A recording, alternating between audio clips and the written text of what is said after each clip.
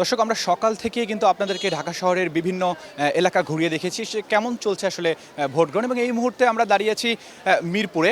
আমরা এই মুহূর্তে ঢাকা 16 আসন সেটির আমরা একটি ভোট কেন্দ্রে আছি।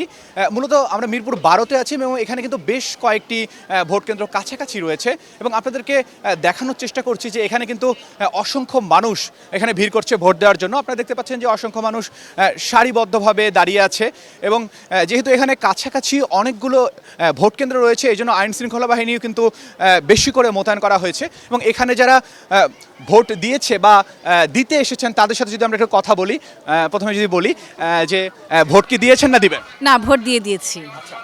ভোট দিয়ে কেমন লাগছে? কতদিন পর ভোট দিলেন? 2 বছর পর ভোট দিলাম। ভোট দিয়ে খুব ভালো লাগছে। খুব শান্তিপূর্ণ ভোট হয়েছে, খুব সুন্দরভাবে ভোট দিয়েছি। এই যে একটা নির্বাচন 5 আগস্টের পর একটা নির্বাচন অনুষ্ঠিত হলো, যে এটার জন্য আসলে কতটা অধীর আগ্রহে অপেক্ষা করছিলেন? অবশ্যই একটা অধীর আগ্রহে অপেক্ষা করছিলাম যে কবে একটা সুষ্ঠু সামাজিক জীবনযাপনে আমরা ফিরে যাব, কবে একটা সুন্দর সমাজ আমরা আবার একসাথে হয়ে কাজ করব। কি মনে হয় যে যারা প্রার্থী রয়েছেন তারা আপনাদের প্রত্যাশা পূরণে আসলে কতটা পারবেন? আসলে সবাই তো আগে আগে সব কিছু বলে, পরে দেখা যাবে কে কি করে। যেহেতু তারা এক একজনে এক একটা প্রার্থী নিয়ে দাঁড়িয়েছে, তো মনে করেন আমরা পূর্ব বিবেচনা করে আমরা তাদেরকে ভোট দিয়েছি, যেটা সত্যি কথা। এখন বাকিটা আল্লাহর ইচ্ছা। কি মনে হয় যে এই আসনে আসলে কতটা প্রতিদ্বন্দ্বিতা হবে? এই আসন তো অনেক গুরুত্বপূর্ণ আসন, এই আসনের সবচেয়ে বেশি প্রতিদ্বন্দ্বিতা হয়। এখন পর্যন্ত সকাল থেকে যা দেখছেন, কি মনে হচ্ছে যে ভোট কি আসলে শান্তিপূর্ণভাবেই নির্বাচন অনুষ্ঠিত হচ্ছে? আসলে সকাল থেকে তো আমি ছিলাম না, আমি ইনফরমেশন নিয়েই এসেছি যে ভোট খুব সুন্দর শান্তিপূর্ণ হচ্ছে, এই জন্যই এসেছি, তা না হলে আসতাম না। কেন্দ্রে প্রবেশ করতে কোনো বাধার সম্মুখীন হয়েছেন কিনা? না না, কেন্দ্রে প্রবেশ করতে কোনো বাধার সম্মুখীন হয়নি, বরঞ্চ যারা ছিল তারা প্রত্যেকেই প্রচণ্ড হেল্পফুল ছিল, তারা ওর থেকে অনেক সাহায্য করেছে আমাদেরকে ভিতরে। এবার একটু আপনার কাছে জানতে চাবো যে ভোট কি দিয়েছেন না দেবেন? না, দিয়ে এসছি। কেমন লাগলো ভোট দিয়ে? না, খুব ভালো লাগলো, খুব শান্তিপূর্ণ, সবাই আমাদের সাহায্য করেছে, আমাদের রুম দেখিয়ে দিয়েছে, খুব ভালো লেগেছে। অনেক শান্তিপূর্ণভাবে আমরা আছি, অনেকক্ষণ দাঁড়িয়েও আছে, আমরা একজন আসতে দেরি করেছে কিন্তু কোনো সমস্যা হয় না, সবাই শান্তিভাবেই ভোট দিচ্ছে, আমার খুব ভালো লাগে। একটু একটু আপনার কাছে জানতে চাবো যে আমরা অনেকদিন পর এরকম কিন্তু একটা উৎসব মুখর পরিবেশ দেখতে পাচ্ছি, যে নির্বাচনের জন্য আসলে অপেক্ষা করছিল বাংলাদেশের মানুষ, অবশেষে অনুষ্ঠিত হচ্ছে সেই নির্বাচন। তো কেমন লাগছে এই যে নির্বাচনের আবহাওয়া? সত্যিকার অর্থে আমাদের কাছে খুবই ভালো লাগতেছে। আমরা একটা ঈদের আমেজ পাচ্ছি। আমরা 17টা বছর অপেক্ষা করেছি এই স্বৈরাচারের সাথে, মানে স্বৈরাচার সরকারের। আমরা চাই যে সুন্দর সুষ্ঠু একটা ভোট হোক, দেশে গণতন্ত্র ফিরে আসুক, আমরা এখন এটাই দেখতেছি। তারপরেও যে জামাত যে প্রতিটা কেন্দ্রে যেইভাবে মানে তারা ডিস্টার্ব করেছে, যে বলার বাইরে, যে অনেকটা কেন্দ্রে কি করেছে যে ওইখানে তারা খুব স্লোভাবে কাজ করতেছে, ডিস্টার্ব করতেছে, বাইরে লোকরা রোদের মধ্যে দাঁড়িয়ে আছে। পরে আমরা প্রশাসনকে যখন আমরা বললাম যে দেখেন আপনাদের এই লাইনটাই তো মানে আপনারা আগাচ্ছে না, তো এত লুজ মানে আপনারা ডিলে করতেছেন কেন? পরবর্তীতে যখন ওনাদেরকে বললাম, ওনারা বুঝলো আমাদের কথা, এরপর দেখলাম কি লাইনটা দ্রুত।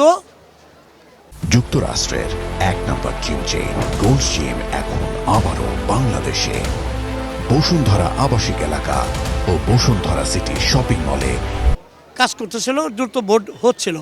তো আসলে আমাদের কি যে আমাদের যেটা চাওয়া পাওয়া, যে একটা সুষ্ঠু সুন্দর নির্বাচন হোক, আমরা দেশে গণতন্ত্র ফিরে আসুক, হ্যাঁ, এইটা আমরা দেখতেছি। এবং প্রশাসন মানে নিরপেক্ষভাবে ওনারা সুন্দর কাজ করতেছেন, হ্যাঁ, এইটাই আমরা লক্ষ্য করি। এখন পর্যন্ত কি মনে হয় যে প্রশাসন কি সক্রিয় ভূমিকা পালন করছে? না, প্রশাসন ভালোভাবে, আমাদের এই ওয়ার্ডে আমরা বলি যে প্রশাসন ভালো ভূমিকা রেখেছে, কোনো পক্ষপাতিত্ব করে নাই এবং জাস্ট খালি ডিস্টার্ব যেটা করছে। আমরা বলছি যে প্রশাসনকে মানে করে দিয়েছি যে দেখেন এরা কিন্তু ডিস্টার্ব করতেছে লাইনে, যে তাদেরকে তারা বুঝিয়ে দিয়েছে যে দেখেন এরপরে করলে কিন্তু আমরা ছাড় দিব না আপনাকে। প্রথম আমরা বললাম আপনারা সরে যান, এরপরে কিন্তু কোনো ছাড় নেই।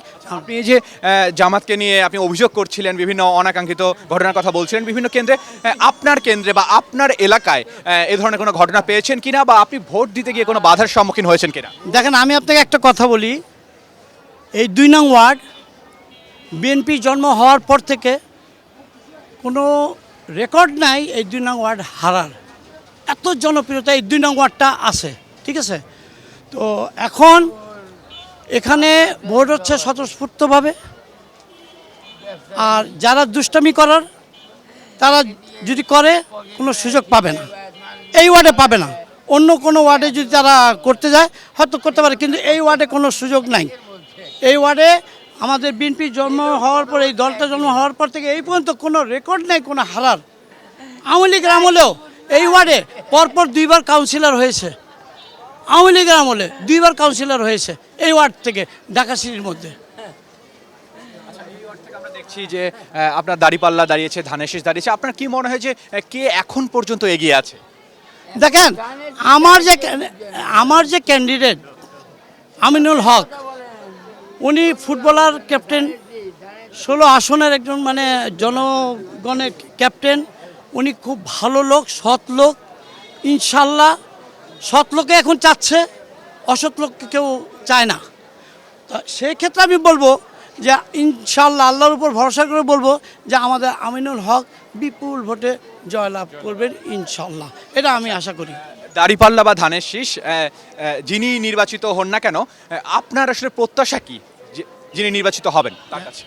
আমার প্রত্যাশাটা হলো, এবং আমার যে নেতা 16 আসনের নেতা উনিও বলেছেন যে আপনারা যদি আমাকে ভোট দেন, আমি এই 16 আসনে আমি আপনাদেরকে প্রতিশ্রুতি দিচ্ছি, কোনো মাদক ব্যবসায়ী, কোনো চাঁদাবাজ, কোনো দখলদারি, কোনো অন্যায়কারীকে আমি প্রশ্রয় দিব না।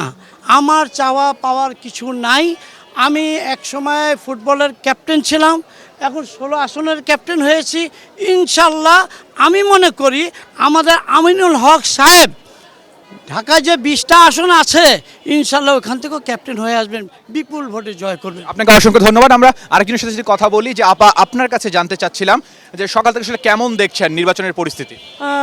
মোটামুটি ভালো। সকাল থেকে নির্বাচনী পরিস্থিতি, সকালের দিকে ভোটারদের মোটামুটি ভালো চাপ ছিল, দুপুরে একটু কমে গিয়েছিল, আবার দুপুরের লাঞ্চের পরে ভালো চাপ, এবং মোটামুটি সবাই শান্তিপূর্ণভাবেই ভোট দিতে পেরেছে। এখন অবধি সামনে কি হবে সেটা বলতে পারছি না, তো খুব ভালো ভোট হয়েছে।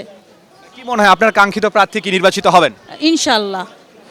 সে যদি আরেকজনের সাথে কথা বলি, আমরা একটু আপনার সাথে কথা বলতে চাই যে সকাল থেকে কি দেখছেন পরিস্থিতি, কেমন ভোট গ্রহণ হচ্ছে? পরিস্থিতি ভালো, খুবই সুন্দরভাবে ভোট চলতেছে। আইন শৃঙ্খলা পুলিশ ভাইয়েরা খুবই দায়িত্ব পালন করতেছে। আমরা খুব সুন্দর মতন ভোট দিচ্ছি। আমরা দুজন নতুন ভোটারের সাথে কথা বলবো। দর্শক, আমাদের সাথে দুজন নতুন ভোটার রয়েছে। আচ্ছা আপু, আপনার সাথে একটু কথা বলতে চাচ্ছি যে জীবনে প্রথমবার ভোট দিলেন, ভোট দিয়ে কেমন লাগছে, অভিজ্ঞতা কেমন? হ্যাঁ, অনেক ভালো অভিজ্ঞতা ছিল। একটা সুন্দর একটা পরিবেশে ভোট দিতে পারলাম, এই তো ভালো।